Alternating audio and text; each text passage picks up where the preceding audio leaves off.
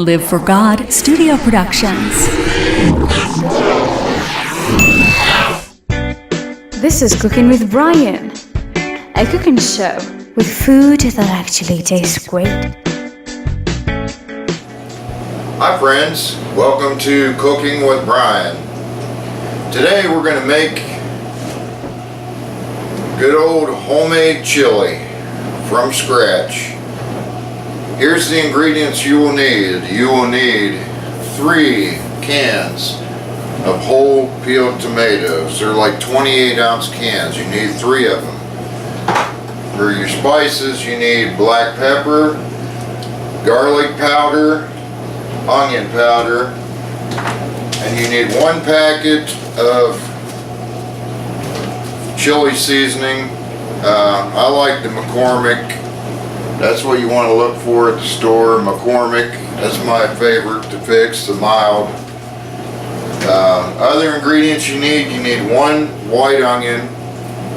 You can use other onions if you want, red ones or yellow ones or any of that stuff. That's fine too. Obviously you need a pound of hamburger.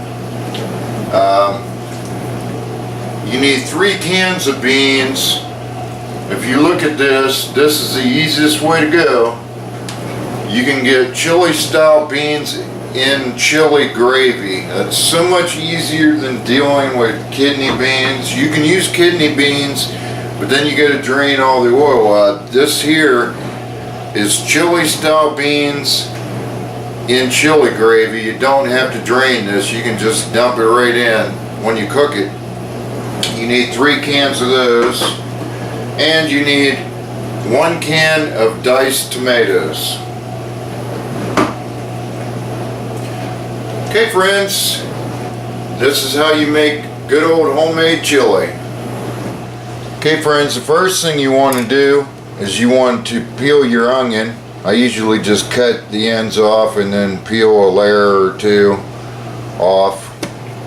I didn't show you that part, but we're going to get it at this point here. Alright, disclaimer, if you hurt yourself in any way, cutting yourself, burning yourself, or any of that stuff, you take full responsibility. It's your fault. If you hurt somebody else, burn them or cut them or whatever, it's your fault. If your wife or your husband or whatever decides they want to kick your butt because of the mess you make, it's your fault. You take full responsibility. So you want to go ahead and slice your onion.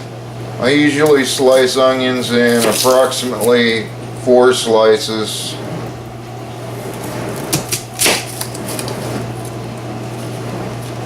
And then you want to take and dice the onion up into small pieces.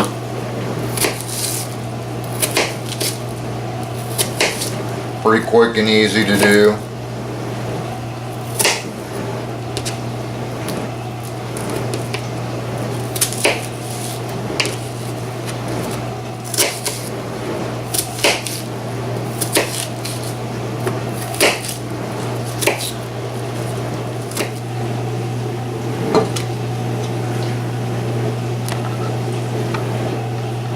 Okay, next thing you want, friends, is you need like a Dutch oven style pan.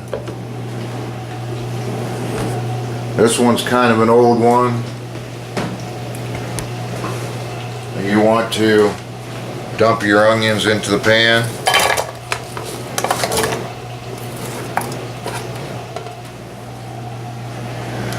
Then you want to take your 1 pound of hamburger and go ahead and take that, and you want to add it into your pan with the onions.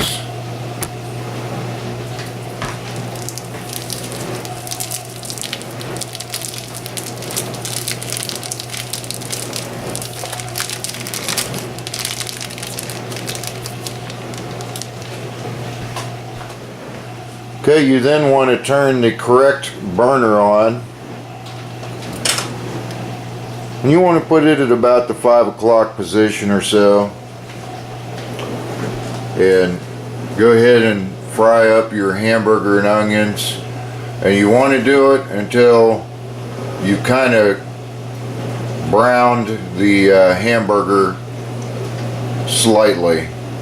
When I say brown, I mean kind of like a burning mark on it, not just turning the hamburger like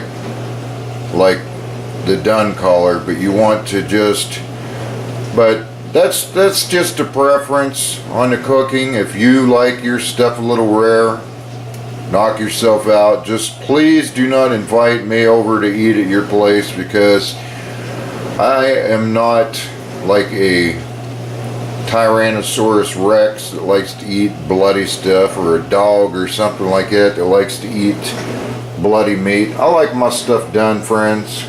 So much better if you cook it all the way. But that's your preference. Just go ahead and cook that, and then we'll look at what to do next. Oh, and I forgot, to cook this you need to take a spatula and break it up and stir it occasionally, every minute, every couple minutes or whatever. Just keep breaking it up and stirring it around until it's done. Okay, friends, I should also mention to you, if you catch your house on fire because you had something on the burner or some other reason you burnt your house down or whatever, it's your fault. You take full responsibility, because in these directions I'm not showing you how to burn your house down. So you failed to follow the directions given. So please, by all means, use all safety procedures. Anything that you think that OSHA would not approve of, you do not want to be doing it. Be safe, don't hurt yourself or others. And of course, eating chili, there are also side effects from eating chili. I'm not responsible for any side effects that you cause between your family members and or co-workers, or anybody else for that matter. So you want to eat this stuff like when you don't plan on going somewhere afterwards. We will not go into details. It's probably already too much information. So it's all your fault, friends. If you rope the dog, you take it for the walk. So not responsible for any reactions of this recipe to your body, because as we get older, some people can handle to eat things that are maybe a little spunky, some people can't. So still your fault. I take no responsibility for extra toilet paper used or any of that other stuff. It's all your fault.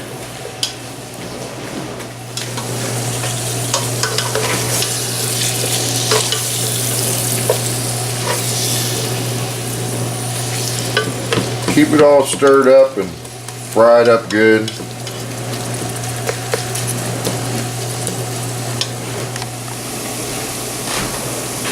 Okay, friends, I'd like to also mention that after you're done frying your hamburger, you can drain it if you like.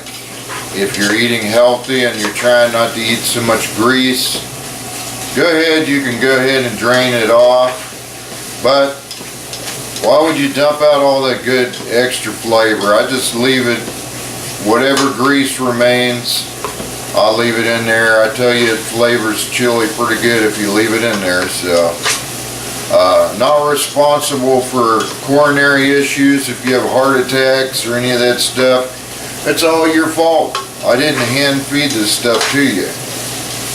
You ate it yourself. You cooked it and ate it yourself, so it's your fault. Okay, friends, that's about what it should look like when it's done. Something like that. Can be a little bit less or a little bit more, whatever's your preference. Okay, friends, then you want to take your whole peeled tomatoes.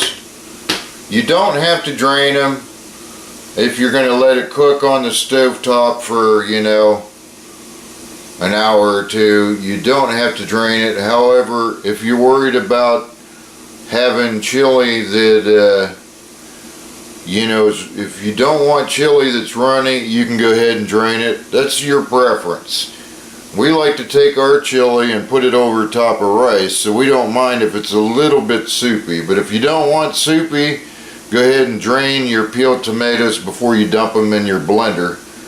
And blend each can by itself, unless you have like a huge blender.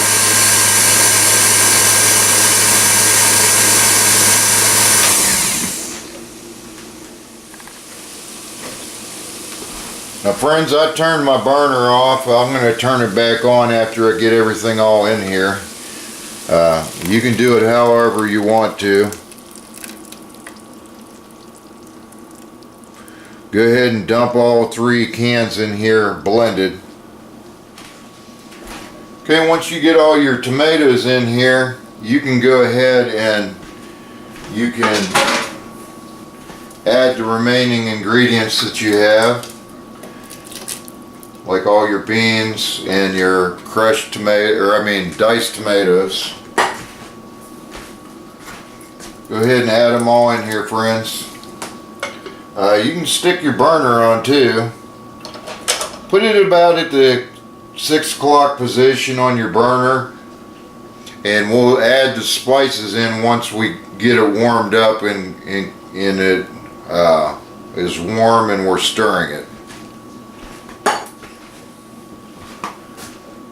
Okay friends, one ingredient I forgot to say is salt. You could add a little bit of salt, about 7 to 10 dashes if you like it to have a little bit of a salty taste to it. I do. Okay friends, the chili we're making is not a real spicy chili, maybe a little bit, not very much. It's not going to kill you. It's not like a blast furnace, but here are some optional ingredients you can use. You can add some fried jalapenos, maybe some habaneros or whatever if you want heat in your chili. You don't have to do it, but I'm just saying that, you know, if you do it and you burn your tongue, it's your fault, not mine, because I didn't put any in mine. But you can put some hot peppers in there if you want to. Maybe some kind of chili peppers or something like that would be a fine ingredient to add to it, but not in my house. Okay, now that we got it starting to warm up a little bit, we're going to go ahead and add our packet of chili powder. This is mild chili powder. You can use a hotter one if you like. You can just go ahead and dump all these spices in.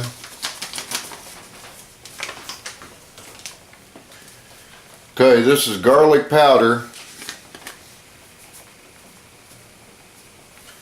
About 4 dashes of garlic powder.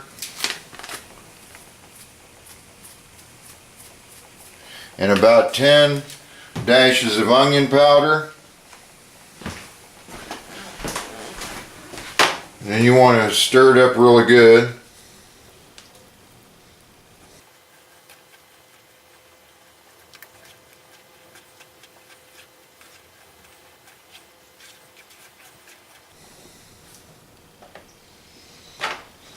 Okay friends, in your black pepper, you want to get about a half of a teaspoon, about a half a teaspoon of black pepper, and do it just like this. You want to, as you're stirring the stuff, slowly sprinkle it, that way it blends in well. You do not want to dump black pepper in like in one dump, because if you do that it will clump together and not mix well with the chili. You want it to be well mixed in, so you want to stir it as you are putting it in. That way it'll flavor the whole pan of chili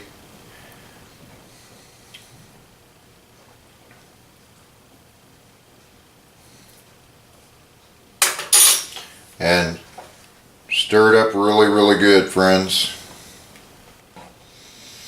Then you want to turn your burner to approximately the 830 position and let it simmer for about 1 to 2 hours. The longer you cook it, the better it will taste. 1 to 2 hours of simmering. You may have to adjust your temperature a little bit if it starts bubbling too much, but about 15 minutes or so before you are done, you want to respice with garlic powder and onion powder. Put about 3 more dashes of garlic powder and about 7 dashes of onion powder 15 minutes before you're going to eat. And that will give it a really good flavor.